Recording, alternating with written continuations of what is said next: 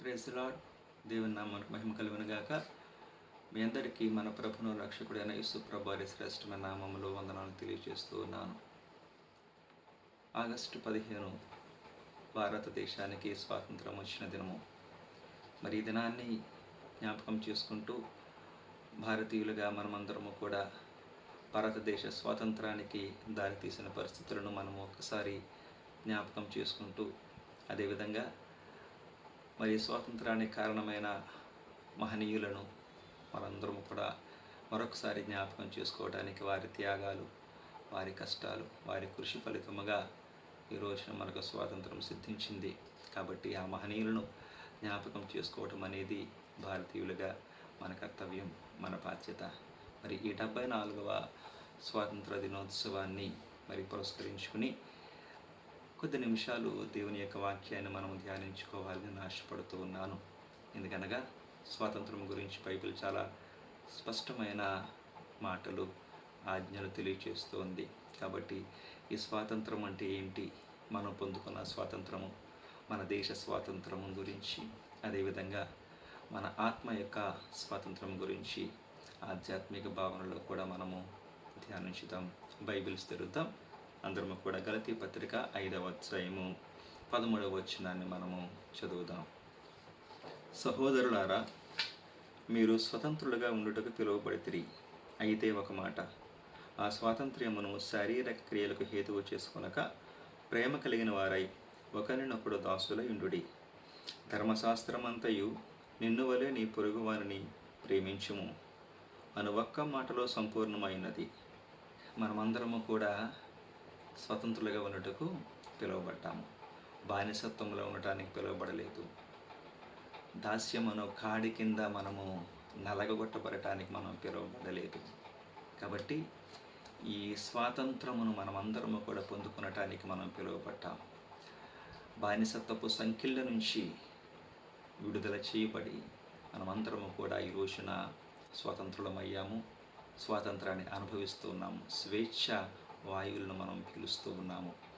దీనికి కారణమైన మరి అనేక మంది మహనీయులను, చరిత్ర పురుషులను, మహాత్ములను జ్ఞాపకం చేసుకోవటము భారతీయులుగా మన బాధ్యత. మనకందరికీ తెలుసు, 200 సంవత్సరాల యొక్క మరి బ్రిటిష్ పరిపాలనలో భారతదేశం ఏ విధంగా బానిసత్వంలో మగ్గిపోయింది, ఏ విధంగా మరి భారతీయులు ఎన్నో మరి ప్రయాసలు, శ్రమలు, కష్టాలు, నష్టాలు అనుభవించారు అనేది మనకు తెలుసు. నేను ఒక మాట చెప్తాను. 200 సంవత్సరాల బానిసత్వంలో, పరాయి పాలనలో భారతదేశము ఎంతగానో నష్టపోయింది. అయితే భారతదేశానికి స్వాతంత్రం రావటానికి మూల కారణము ఎవరు, మూల కారణము ఏమిటి అని ఒకసారి మనం చూస్తే, భారతదేశ స్వతంత్ర సంగ్రామాన్ని ముందుండి నడిపించిన వ్యక్తి మహాత్మా గాంధీ.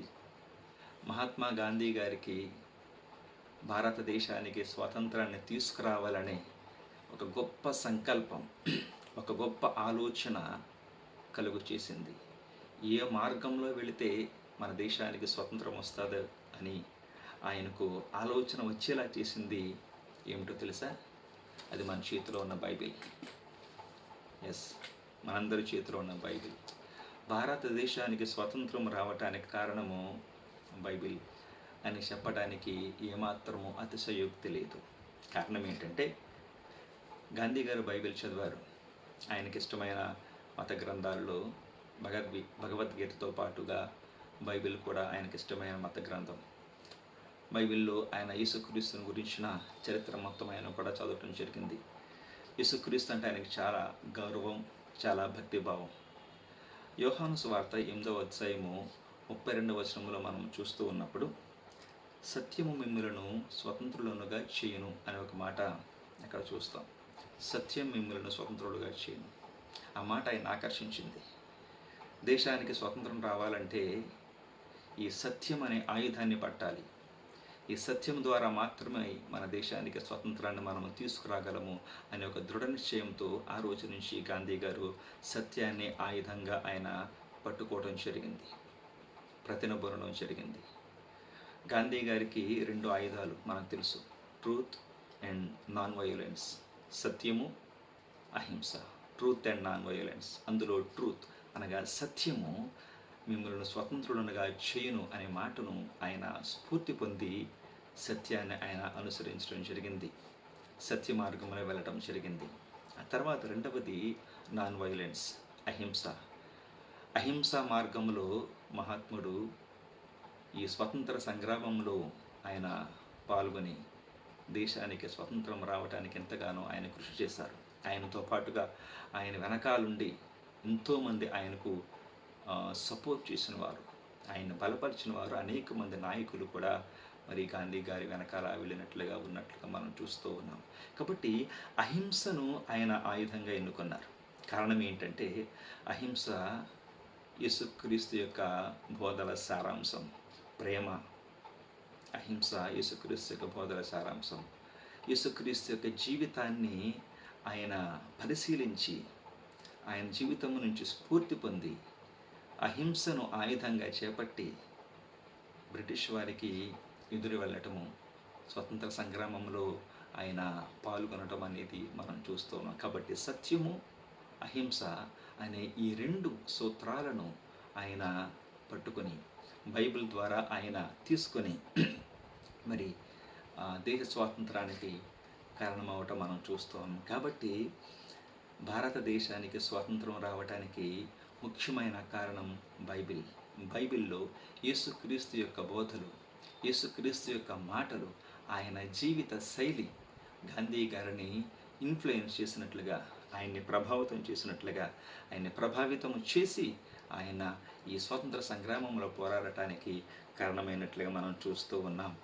గాంధీ గారు యేసుక్రీస్తు గురించి ఒక మాట అంటారు, ఒక చక్కటి కొటేషన్ ఒకసారి మనం చూద్దాం. అదేంటో, ఏ man who was completely innocent offered himself as a sacrifice for the good of others, including his enemies, and became the ransom of the world. It was a perfect act. It was a perfect act. తెలుగులో మనం చూస్తే, పాపము చేయని ఆ వ్యక్తి అనగా యేసు ఇతరుల యొక్క మంచి కోసం, ఇతరుల యొక్క రక్షణ కోసం, వారి శ్రేయస్సు కోసము, అదేవిధంగా తన శత్రువుల యొక్క మంచి కోసము, తన శత్రువుల యొక్క రక్షణ కోసము, క్షేమము కోసము తన్ను తాను బలిగా అర్పించుకొని లోకానికి ప్రాయశ్చిత్తముగా మారటం అనేది ఇది ఒక గొప్ప పరిపూర్ణమైన కార్యం, పరిపూర్ణమైన యాగం అని ఆయన మాటలలో యేసుక్రీస్తుని గురించి చెప్పడం అనేది ఎంతో గొప్ప విషయం. కాబట్టి భారతదేశానికి స్వతంత్రం రావడానికి బైబిల్ లేదా యేసు ప్రభు వారు గాంధీ గారిని ప్రభావితం చేశారు. గాంధీ గారి యొక్క ఈ సత్యం అహింస అనే ఈ యొక్క ఆయుధాల ద్వారా, ఈ మార్గము ద్వారా, ఈ సూత్రాల ద్వారా ఆయన ముందుకు వెళ్ళి ఆయన విజయవంతం అవటం అనేది మనకు జరిగింది. మరి బ్రిటిష్ వారు భారతదేశానికి వచ్చి ఇక్కడ వారు ఆక్రమించుకోవటం అనేది మనం చూస్తూ ఉన్నాం. మరి ఏ విధంగా భారతదేశానికి వచ్చారు, ఏ కారణంతో వచ్చారు అనేది మనం ఒకసారి చూస్తే చరిత్ర మనకందరికీ తెలుసు. మరొకసారి జ్ఞాపకం చేసుకోవడం మంచిదని నేను తలుస్తూ ఉన్నాను. బ్రిటిష్ వారు భారతదేశానికి ఎందు నిమిత్తం వచ్చారంటే వ్యాపారం నిమిత్తం వచ్చారని మనకందరికీ తెలుసు.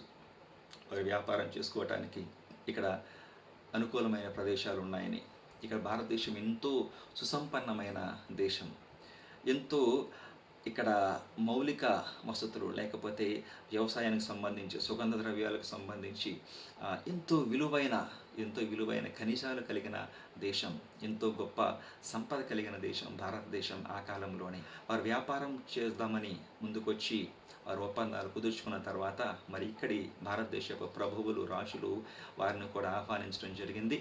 ఆ తర్వాత వారి క్రమక్రమముగా పట్టు పెంచుకుంటూ, వ్యాపారం పెంచుకుంటూ, రాజుల్ని తమ అధికారంలోకి తీసుకుంటూ, తమ యొక్క చెప్పు చేతుల్లోకి తీసుకుంటూ దేశంలో అన్ని భాగాలకు వారు విస్తరించడం జరిగింది. ఆ దేశానికి ఎలా వచ్చారంటే ఒక వ్యాపారస్తులుగా వచ్చారు. వ్యాపారం చేసుకుని వారు సొమ్ము గడించడానికైతే వచ్చారు. కానీ ఆ క్రమక్రమంగా అదేమైందంటే దేశాన్ని ఆక్రమించుకుని దేశాన్ని వారి యొక్క చేతుల్లోకి తీసుకోవటము, వారి చేతి కింద మరి వారు బానిసలుగా మన దేశము మారటం అనేది మనం చూస్తాం. ఇదంతా కూడా మనకు తెలుసు. ఇదంతటిని కూడా ఒకసారి మనం ఆలోచన చేసినప్పుడు మనకు ఒక విషయం జ్ఞాపకం వస్తుంది. ఏంటంటే ఆంగ్లేయులు ఏ విధంగా దేశానికి వచ్చి వారు వ్యాపారము అనే వంకతో వచ్చి ఆ తర్వాత కొంచెం కొంచెంగా విస్తరించి దేశమంతా కూడా వారు విస్తరించి పట్టుపించుకొని తమ ఆధీనంలోకి తీసుకొని మనల్ని ఏ విధంగా అయితే వారిని తమ బానిసలుగా చేసుకున్నారో పాపం కూడా మనిషిలోనికి నెమ్మదిగా వస్తుంది, నెమ్మదిగా ప్రారంభమవుతుంది. మనకు ఆశ చూపిస్తుంది. ధనాశ కావచ్చు, లోభం కావచ్చు, మోహము కావచ్చు, కామము కావచ్చు, లేకపోతే ఇతర సుఖాలు సౌఖ్యాలు కావచ్చు, లేకపోతే పదవులు కావచ్చు, ఏదైనా కావచ్చు, వీటన్నిటిని ఆశగా చూపించి నెమ్మదిగా మనలో ప్రవేశించి కొంచెం కొంచెంగా మనంతటిని, మన దేహాన్ని, మన ఆత్మనంతటిని కూడా ఆక్రమించి మనిషిని పాపిగా మార్చేస్తుంది, పాపమయంగా చేస్తుంది. ఒకసారి మనిషి పాపిగా అయిన తర్వాత పాపమునకు దాసుడే. మనిషి పాపమునకు దాసుడే. ఒక ఉదాహరణ మనం చూస్తే, ఒక మనిషి మద్యానికి అతడు ఏ విధంగా అలవాటు పడతాడు? మొదటిగా స్నేహితులు లేకపోతే ఎవరో అతనిని, లేకపోతే అపవాది ప్రేరేపణ వల్ల కావచ్చు, అతనికి ఒక ఆశ కలుగుతుంది. ఇది తాగు, ఇది తాగు, ఇది తాగు, ఇది తాగితే నీకు చాలా నీకు ఆనందం కలుగుతుంది, నీకు చాలా సంతోషపడతావు అని, ఒక మత్తులోకి నువ్వు వెళతావని ప్రేరేపిస్తాడు. ఆ తర్వాత ఒక గ్లాస్ తాగుతాడు. ఆ తాగిన తర్వాత దానితో ఊరుకోడు, మరలా ఇంకో గ్లాస్ తాగుతాడు. ఆ రోజుతో అయిపోదు, మరొక రోజు, తర్వాత రోజు, ఆ తర్వాత రోజు, అలాగే ప్రతిరోజు కూడా అతడు కొంచెం కొంచెంగా త్రాగుతూ తన మొత్తము, తన దేహాన్ని, తన జీవితాన్ని మద్యానికి అంకితం చేస్తాడు. అంటే దాని అర్థం మద్యానికి అతడు బానిసైపోయాడు. మద్యము నెమ్మదిగా ఒక గ్లాసు రూపంలో కొంచెంగా అతనిలోనికి వచ్చింది. ఆ తర్వాత కొంచెం కొంచెంగా తన యొక్క జీవితాన్ని మొత్తం ఆక్రమించేసింది, తన దేహాన్ని ఆక్రమించేసింది. ఇప్పుడు అతడు మద్యానికి బానిస. చాలామంది అంటూ ఉంటారు కదా, ఇతడు తాగుడుకు బానిస అండి. జూదం కూడా అలాంటిదే. నెమ్మదిగా ప్రారంభమవుతుంది, తర్వాత మొత్తం అంతా కూడా ఆక్రమించేసుకుంటుంది. ఆ తర్వాత జూదానికి బానిసైపోతాడు, సిగరెట్కి బానిసైపోతాడు, లంచగొండితనం, అవినీతి, మనిషి వీటికి బానిసైపోతాడు. దొంగతనాలు చూస్తే దొంగతనాలకి మనిషి బానిసైపోతాడు. ఇవన్నీ కూడా పాపము యొక్క పలు రకాలు, పలు రూపాలు. ఇవన్నీ ఏదో రకంగా పాపం మనిషిలోనికి ప్రవేశిస్తుంది. అది ప్రవేశించేటప్పుడు అది మనకు మంచి చేస్తుందేమో అని మనం అనుకుంటాం, దానివల్ల మనకు మేలు కలుగుతుందేమో మనం అనుకుంటాం. ఎలాగా భారతీయులు అనుకున్నారు, ఆంగ్లేయులు ఇక్కడికి వచ్చినప్పుడు వారు మనల్ని ఆక్రమించి మనల్ని వారికి బానిసలుగా చేసుకుంటారని మనము భారతీయులు ఎప్పుడైనా భావించారా? అప్పటి కాలపు రాజులు ఎప్పుడైనా అనుకున్నారా? అనుకోలేదు. తర్వాత రోజులు గడిచే కొద్దీ వారి యొక్క ప్రభావం అనేది తెలిసింది. పాపం ప్రభావం కూడా అంతే. నెమ్మదిగా అది ప్రారంభమై మనల్ని ఆక్రమించేసుకుని మనలను పాపానికి బానిసలుగా చేసేసుకుంటుంది. ఒకసారి పాపములకు బానిస అయిన తర్వాత మనిషికి తన యొక్క ఐడెంటిటీ తను కోల్పోతాడు. మనిషి తన ఐడెంటిటీని కోల్పోతాడు, అంటే తన గుర్తింపును కోల్పోతాడు. ఎలా అంటే, త్రాగిన వ్యక్తిని త్రాగబోతు అని పిలుస్తారు. అతనికి ఏ పేరున్నా కూడా, అతని పేరు రాజు అయినా కూడా అతన్ని పిలిచేటప్పుడు, లేకపోతే అతని గురించి చెప్పేటప్పుడు ఏమని చెప్తారు? వాడు ఒక త్రాగబోతు అండి అంటాడు. అంటే అతని పేరు మర్చిపోతారు, ఇంకా అతన్ని త్రాగబోతు అని పిలుస్తారు. అతడు దొంగతనం చేస్తే అతన్ని దొంగ అని పిలుస్తారు. అతని ఐడెంటిటీ మారిపోయింది చూడండి. అతని పేరు బట్టి కాదు, అతని గుణాన్ని బట్టి అతన్ని పిలుస్తారు. అతడు హంతకుడు అయితే హత్య చేస్తే హంతకుడు అని పిలుస్తారు. అతని ఐడెంటిటీ మారిపోయింది. అతడు లంచాలు తీసుకుంటే లంచగొండి అంటారు. అవినీతి చేస్తే అవినీతి పరుడు అంటారు. అంటే ఐడెంటిటీ ఎలా మారిపోయిందో చూసారా? అతని పేరును బట్టి కాకుండా అతను చేసిన పనిని బట్టి అతన్ని గుర్తుపట్టి అతన్ని పిలవటం అనేది ఐడెంటిటీ మారిపోవటం. పాపంలో ఉన్న వ్యక్తి తన ఐడెంటిటీని కోల్పోతాడు, తన గుర్తింపును కోల్పోతాడు. పాపము అంటే దేవుని రూపం మీద దాడి చేయటం. మనమందరము కూడా దేవుని రూపంలో, దేవుని పోలికగా మనం చేయబడ్డాం కదా. అది మనకందరికీ తెలుసు. మనమందరము దేవుని పోలికలో, దేవుని రూపంలో చేయబడ్డాం. దేవుని పోలిక అంటే ఏంటి? దేవుని రూపం అంటే ఏంటి చెప్పండి? దేవుని పోలిక అంటే మనిషి హృదయమునందును, ప్రవర్తన యందును, బుద్ధి యందును దేవుని పోలి ఉండడం. ఏ విషయంలో దేవుని పోలి ఉంటాడు మనిషి అంటే, దేవుని హృదయమును, దేవుని యొక్క బుద్ధి, దేవుని యొక్క ప్రవర్తన, ఇవి కలిగి ఉండటమే దేవుని యొక్క రూపము లేదా దేవుని యొక్క పోలిక. ఎప్పుడైతే మనిషి పాపం చేసి పాపానికి బానిసవుతాడో, పాపం అనే కాడి కింద మనిషి చిక్కుకుంటాడో, మనిషి తన ఐడెంటిటీ కోల్పోయి, ఐడెంటిటీ అంటే దేవుని యొక్క పోలికలో చేయబడటము మనిషి యొక్క ఐడెంటిటీ. ఆ ఐడెంటిటీ కోల్పోయి మనిషి పాపిగా పిలువబడతాడు. పాపిగా పిలువబడిన తర్వాత అతడు సాతానుకు దాసుడే. సాతాను యొక్క బానిసత్వములో, సాతాను యొక్క కాడి కింద మనిషి ఉన్నాడు. మరణం యొక్క కాడి కింద మనిషి ఉన్నట్లుగా మనం గుర్తుంచుకోవాలి.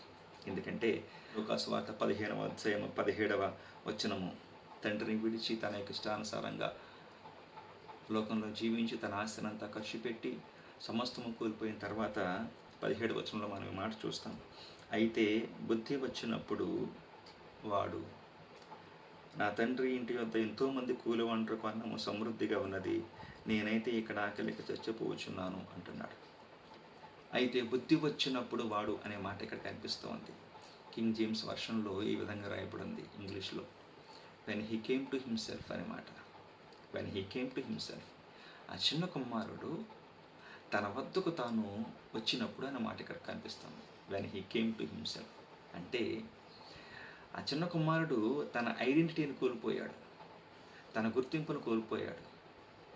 అయితే ఎప్పుడైతే తనకు పశ్చాత్తాపం కలిగిందో, ఎప్పుడైతే మారు మనసు కలిగిందో, అక్కడ అప్పుడు తన దగ్గరకు తాను వచ్చాడు. He came to himself. కాబట్టి పాపం మనిషిలోనికి ప్రవేశించి నిన్ను నీ నుంచి దూరం చేస్తుంది, నిన్ను నీ నుంచి వేరు చేస్తుంది, నిన్ను నీకు కానివ్వకుండా చేస్తుంది, నీ ఐడెంటిటీని దొంగిలించేస్తుంది. అలా దొంగిలించిన తర్వాత నీవు దేవుని పోలికలో ఉండలేవు. దేవుని పోలికలో ఉండడం అంటే దేవుని యొక్క హృదయము, దేవుని యొక్క బుద్ధి, దేవుని యొక్క ప్రవర్తన, దేవుని యొక్క ప్రేమ, ఇవి కలిగి ఉండడమే దేవుని యొక్క పోలిక. ఎప్పుడైతే పాపంలో ఉన్న మనిషి ఈ 4 కూడా కోల్పోయి అపవాది పోలికలోకి వస్తాడు. సాతాను యొక్క ఈ పాపపు దాస్యము కింద మనిషి మ్రగ్గవలసింది. ఒక చిన్న ఉదాహరణ మనం చూస్తే, ఒక రోజున ఒక ఎడారిలో ఒక వ్యక్తి ప్రయాణం చేస్తూ ఉన్నాడంట. ఒంటి మీద ప్రయాణం చేస్తూ ఉన్నాడు. ప్రయాణం చేస్తూ ఉండగా చీకటి అయింది. అతడు తనతో పాటుగా తెచ్చుకున్న ఒక గుడారాన్ని ఆ ఎడారిలో ఓపెన్ చేసుకుని ఆ గుడారంలో అతను విప్పుకొని గుడారంలో అతను పడుకోవడం జరిగింది. చాలా చలిగా, ఎందుకంటే ఎడారిలో రాత్రిపూట చాలా చలిగా ఉంటాయి. ఆ చలికి తట్టుకోలేక అతను గుడారంలో పడుకున్నాడు. ఆ గుడారం బయట ఒంటి ఉంది.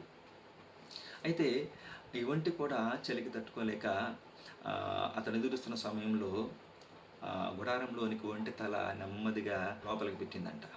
అతను ఎదురుస్తున్న సమయంలో ఆ యజమాని అది చూసి కంగారు పడ్డాడు. కానీ తర్వాత నెమ్మదిగా తేరుకొని పోన్లే అని చెప్పి దాన్ని అలాగే ఊరుకున్నాడు. దానికి చల్లేస్తుందేమో, కొంచెంగా తల పెట్టింది కదా పర్వాలేదు అనుకున్నాడు.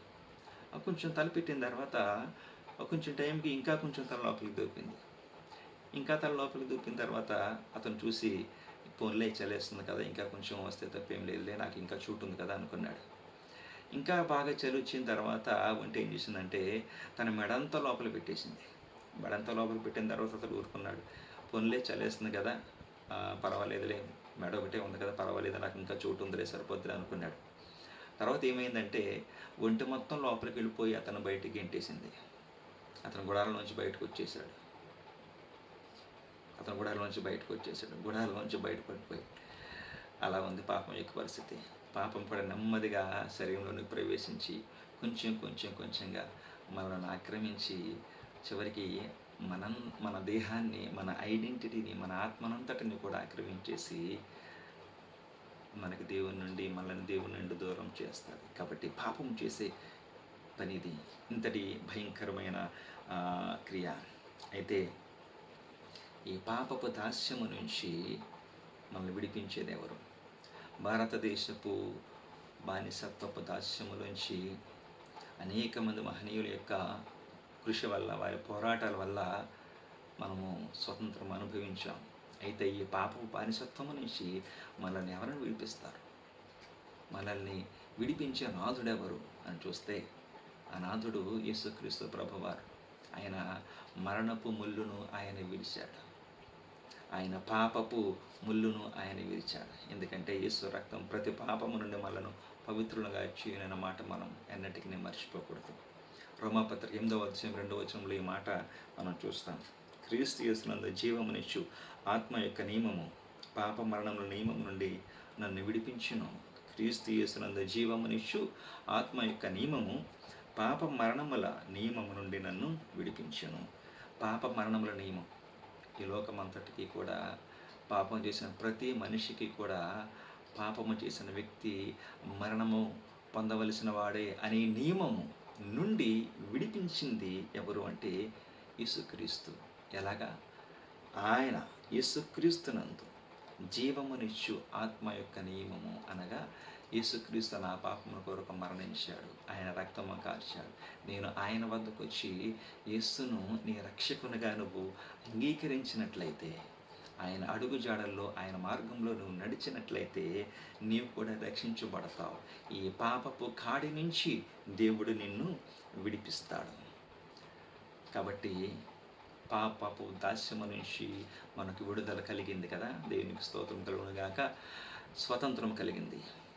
భారతదేశానికి బ్రిటిష్ వారి నుంచి స్వాతంత్రం కలిగినట్లుగా మన యొక్క ఆత్మకు పాపపు స్థితిలో ఉన్న మనుషులందరికీ కూడా యేసుక్రీస్తు ప్రభువారి వలన, ఆయన రక్తము వలన, ఆయన కల్వరి బలియాగం వలన, ఆయన శిలువ యాగము వలన మనకందరికీ కూడా స్వాతంత్రం కలిగినది.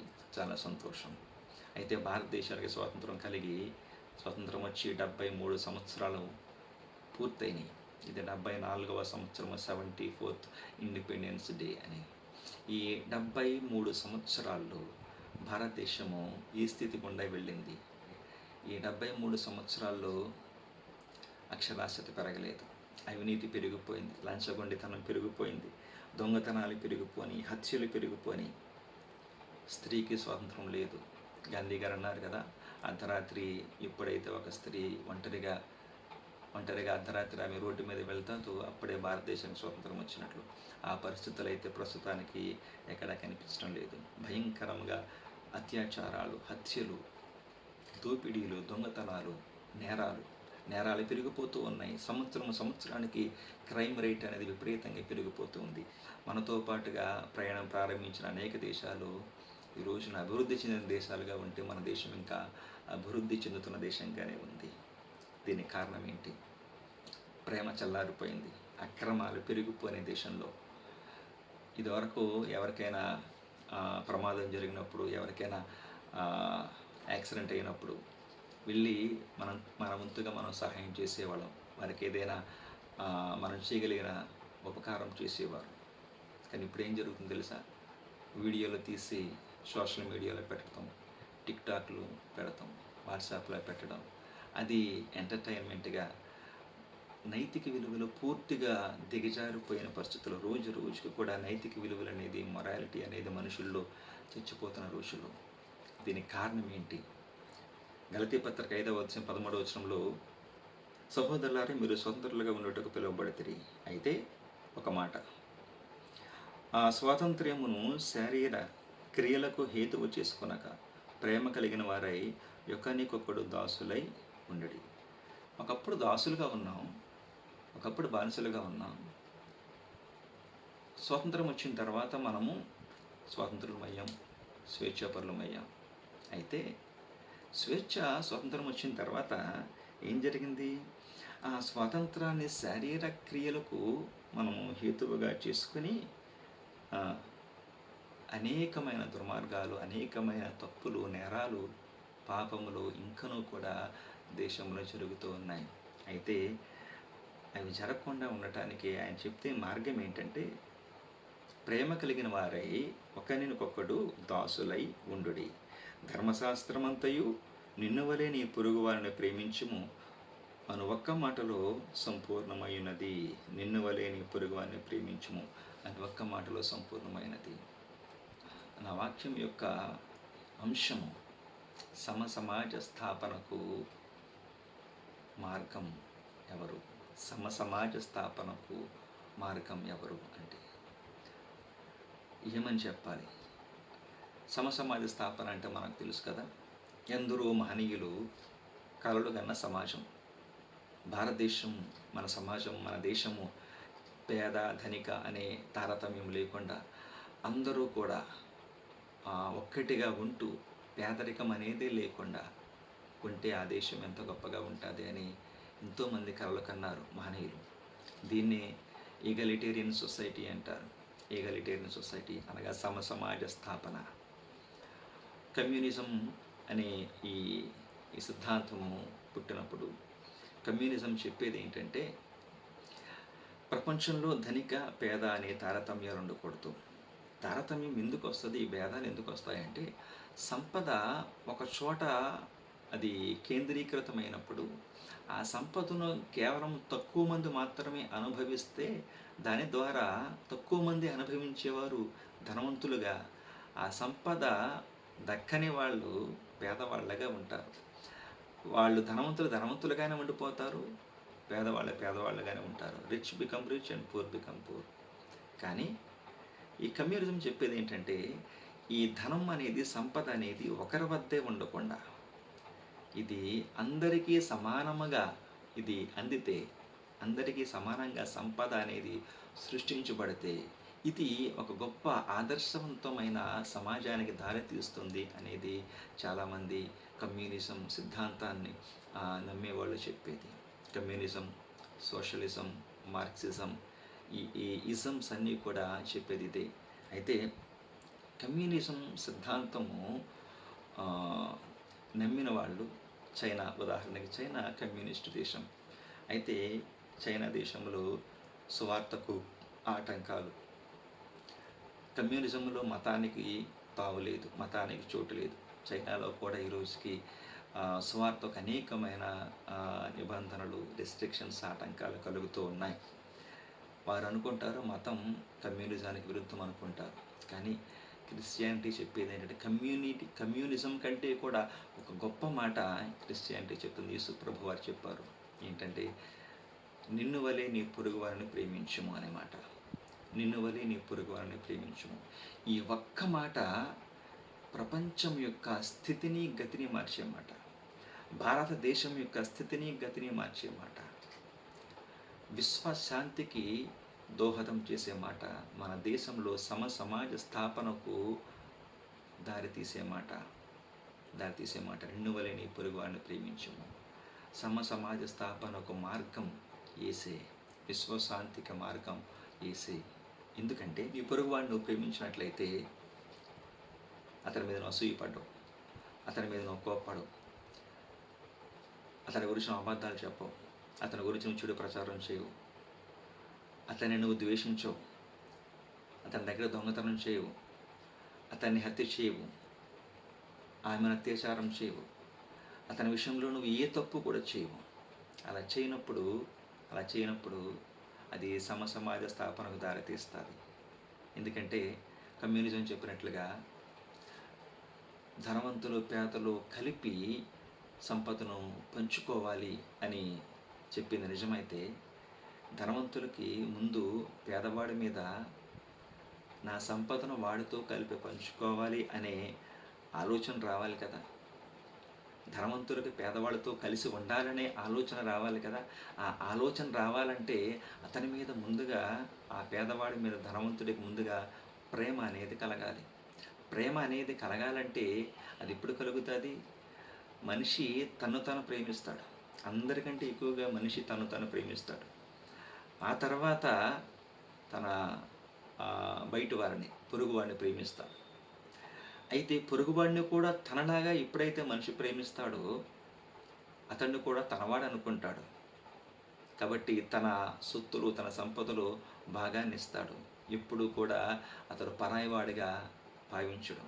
అందుకే ఆదిమ సంఘంలో వారు చేసిన పని ఏంటంటే ప్రజలందరూ కూడా తమ యొక్క సంపదనంతా కూడా 5వ అధ్యాయం అపోస్తల కార్యాలను మనం చూస్తాం. తమ సంపదనంతా, తమ ఆస్తులంతా కూడా తెచ్చి అపోస్తలుల పాదాల వద్ద పెట్టినప్పుడు వారు వాటన్నిటినీ కూడా వారందరూ సమానంగా వారు పంచిపెట్టారు, సమానంగా వారు స్వీకరించారు. ఒకరికి ఎక్కువ, ఒకరికి తక్కువగా లేకుండా, ఒకరు పేద, ఒకరు ధనిక లేకుండా సమాజ స్థాపన అనే సిద్ధాంతానికి మూలము ఒక ఒక అద్భుతమైన ఉదాహరణగా మనము ఆదిమ సంఘంలో మనం చూస్తాం. ఎందుకంటే వారు తమ పొరుగు వారిని ప్రేమించారు కాబట్టి, యేసు చెప్పిన ప్రకారంగా నిన్ను వలె నీ పొరుగు వారిని ప్రేమించుమని చెప్పిన ఆయన బోధన అనుసరించి వారు చేశారు కాబట్టి, వారి యొక్క ధనము ఇది తమది, ఇది నాది అని ఆలోచించలేదు. ఇది వారు స్వార్థంగా వారు ఆ ధనాన్ని తమ కోసం వారు దాచిపెట్టుకోలేదు, ఇది అందరి కోసము అని అనుకున్నారు. కమ్యూనిజం చెప్పిన దానికంటే ముందు యేసుప్రభు వారు చెప్పారు. ఆయన మార్గంలో మనం నడిచినట్లయితే కమ్యూనిజం కంటే, మార్క్సిజం కంటే, సోషలిజం కంటే కూడా ఒక గొప్ప సమాజము మనము ఈ లోకంలో మనం చూస్తాం. ఎందుకంటే నీ పొరుగువాడిని ప్రేమించినట్లయితే మన దేశంలో పోలీస్ స్టేషన్ అవసరం ఉండదు. ఎందుకంటే వాడు కొట్టాడని వీడు, వాళ్ళు ఇంట్లోంచి ఎత్తుకుపోయారని చెప్పి ఈ గొడవలు, ఆస్తి తగాదాలు, సివిల్ కేసులు, క్రిమినల్ కేసులు ఇవేమీ ఉండవు. ఎందుకంటే నువ్వు నీ పొరుగువాడిని ప్రేమిస్తే అతని మీద కేసు పెట్టడానికి నువ్వు ఇష్టపడవు కాబట్టి నువ్వు త్యాగం చేస్తావు అతని కోసం. అదేవిధంగా మన దేశంలో కోర్టులు ఉండవు. కోర్టుల్లో కేసుల సంఖ్య పెరిగిపోతూ ఉంది. కేసులన్నీ ఇక్కడ విత్డ్రా అయిపోతాయి నీ పొరుగువాడిని నువ్వు ప్రేమించినప్పుడు. మన ఇంటికి తలుపులు వేసుకొని, తాళాలు వేసుకొని మనం పడుకోవాల్సిన అవసరం లేదు. ఎందుకు? దొంగలు చిత్తుకుపోతాను మనం భయం కదా, తాళాలు వేసుకుంటాం. అయితే అతడు దొంగగా మారక, అతడు క్రీస్తు బిడ్డగా మారితే, అతడు కూడా యేసుప్రభు బోధన అనుసరించి తన పొరుగువాడిని ప్రేమించినప్పుడు మరొక ఇంటికి వెళ్ళి కన్నం వేయాలన్న ఆశ దొంగకు కలగదు. హత్య చేయాలన్న ఆలోచన రాదు, అత్యాచారం చేయాలన్న ఆలోచన రాదు. అంతెందుకు, మన దేశానికి సరిహద్దులో కాపలా కాస్తున్న అనేక మంది లక్షల కొద్ది సైనికులు కాపలా కాస్తూ ఉన్నారు. విదేశీయుడు కూడా మన పొరుగువాడే. అలా పొరుగువానిగా భావించినప్పుడు, వారు కూడా అలాగే లోకమంతా అలాగా భావించినప్పుడు సరిహద్దుల్లో కాపలా అవసరతే ఉండదు. ఎదుటివాడి భూమి, ఎదుటివాడి దేశాన్ని ఆక్రమించుకోవాలి అనే ఆలోచన మనిషికి ఎప్పటికీ కూడా రాదు. భార్యాభర్తల మధ్య గొడవలుండు, అత్త కోడల మధ్యలో గొడవలుండు, అన్నదమ్ముల మధ్య ఆస్తి తగాదాలుండు, అక్కా చెల్లెల మధ్య గొడవలుండు. ఇదంతటికీ ఇలాంటి గొప్ప సొసైటీ, ఒక అద్భుతమైన సమాజం మన దేశంలో రావాలంటే, దేశం మాత్రమే కాదు లోకమంతా కూడా జరగాలంటే ఒకే ఒక్క సూత్రం: సమాజ స్థాపనకు మార్గం వేసి, విశ్వశాంతికి మార్గం వేసి, భారతదేశం ఎందరో మహాత్ములు, ఎందరో పుణ్యాత్ములు కలలుగని, ఎందరో వారి యొక్క ప్రాణాలని వారు త్యాగం చేసి, వారు అసువులు బాసి మన దేశానికి స్వాతంత్రం తీసుకురావడానికి ఎంతో విశేష కృషి చేసిన అనేక మంది మహనీయుల యొక్క త్యాగాల ఫలితమైన ఈ స్వాతంత్రం వచ్చిన తర్వాత దీన్ని దుర్వినియోగం చేస్తూ ఉన్న పరిస్థితుల్లో, క్రమక్రమముగా మరి పాపము, నేరాలు పెరిగిపోతున్న పరిస్థితుల్లో, ఆడబిడ్డ ఒంటరిగా బయటికి పంపించడానికే భయపడుతున్న రోజుల్లో ఒక ఆదర్శవంతమైన సమాజం మన దేశం అలాంటి స్థితిలో ఉండాలంటే దానికి ఒకే ఒక్క మార్గం. ఆ మార్గం వేసి ఆయన చెప్పినట్లుగా నిన్ను వలె నీ పొరుగువాన్ని ప్రేమించమన్న మాటను మనము అనుసరించుదాం. చివరిగా ఒక మాట, గురజాడ అప్పారావు గారు ఒక మాట చెప్పారు: దేశం అంటే మట్టి కాదోయ్, దేశం అంటే మనుషులు. దేశం అంటే మట్టి కాదు, దేశం అంటే మనుషులు. చాలామందికి అవగాహన లేని వల్ల దేశం అంటే వారు కేవలము భూభాగం మాత్రమే అనుకుంటున్నారు. దేశం అంటే ఒక జెండా అనుకుంటున్నారు. నిజానికి దేశం అంటే అసలు మనుషులు. మనమే దేశం. మనము దేశమైనప్పుడు మనం ప్రేమించాల్సింది మట్టిని కాదు, ప్రేమించాల్సింది జంతువులను కాదు, ప్రేమించవలసింది సాటి మనిషిని ప్రేమించడమే దేశభక్తి. నువ్వు సాటి మనిషిని, అతడు ఎవరైనా కూడా, అతడు దళితుడు కావచ్చు, అతడు నీ కమ్యూనిటీ కాకపోవచ్చు, నీ కులం కాకపోవచ్చు, నీ మతం కాకపోవచ్చు, లేకపోతే నీ దేశం కాకపోవచ్చు. భారతదేశం యొక్క అభ్యున్నతికి, ఉన్నతమైన అభివృద్ధికి దోహదము చేసే ఒకే ఒక సిద్ధాంతం ఏంటంటే, దేశాన్ని ప్రేమించడం అంటే, దేశభక్తి అంటే కేవలము జెండాకి వందనం చేయటం, లేకపోతే షర్ట్ మీద త్రివర్ణ పతాకం యొక్క సింబల్ పెట్టుకోవటం, లేకపోతే మట్టిని పూజించటం, ఇవన్నీ కూడా ఒక గుర్తు అంతే, దేశానికి గుర్తు. కానీ దేశానికి అసలైన వారసులు, అసలైన దేశం అంటే మనమే, ప్రజలమే. దేశం అంటే మనుషులు. కాబట్టి ఆ మనిషిని నువ్వు ప్రేమించినప్పుడు, ఆ మనిషి మీద నువ్వు ప్రేమ చూపించినప్పుడు అది నిజమైన అభివృద్ధి, నిజమైన అభివృద్ధి. రోమపత్రిక 6వ అధ్యాయం 22వ వచనంలో ఈ మాట మనం చదువుదాం. అయినను ఇప్పుడు పాపము నుండి విమోచించబడి దేవునికి దాసులైనందున పరిశుద్ధత కలుగుటయే మీకు ఫలము. పాపము నుండి విమోచింపబడి దేవునికి దాసులైనందున పరిశుద్ధత కలుగుటయే మీకు ఫలము. స్వాతంత్రం పొందిన వ్యక్తి, అనగా పాపము యొక్క దాస్యము నుంచి విడిపించబడిన వ్యక్తి చేయవలసిన పని ఏంటో తెలుసా? దేవునికి దాసులుగా ఉండడం. పాపము నుంచి దాసుడిగా బయటపడిన తర్వాత దేవునికి దాసులుగా ఉండటం. దేవునికి దాసులుగా అంటే అది బానిసత్వం కాదు. ఎందుకంటే అలా ఉండినందున మనం పరిశుద్ధత కలుగుటయే మీకు ఫలము, దాని అంతము నిత్య జీవము. అదేవిధంగా గలతీ పత్రిక 5వ అధ్యాయం 1వ వచనం కూడా ఈ మాట మనం చూస్తూ ఉన్నాం. ఈ స్వాతంత్రం అనుగ్రహించి క్రీస్తు మనలను స్వతంత్రులనుగా చేసి ఉన్నాడు. కాబట్టి మీరు స్థిరముగా నిలిచి మరలా దాస్యమను కాడి క్రింద చిక్కుకొనకుడి. చూడండి, ఈ స్వాతంత్రం అనుగ్రహించి క్రీస్తు మనలను స్వతంత్రులనుగా చేస్తున్నాడు. దేవుడు మన స్వతంత్రులుగా చేశాడు. పాపము యొక్క, మరణము యొక్క, అపవాది యొక్క బానిసత్వము నుంచి, కాడి నుండి దేవుడు మనల్ని విడిపించి తన యొక్క రక్తము ద్వారా, తన శిలువ కార్యము ద్వారా దేవుడు మనల్ని విడిపించి మనల్ని స్వతంత్రులుగా చేసి ఉన్నాడు.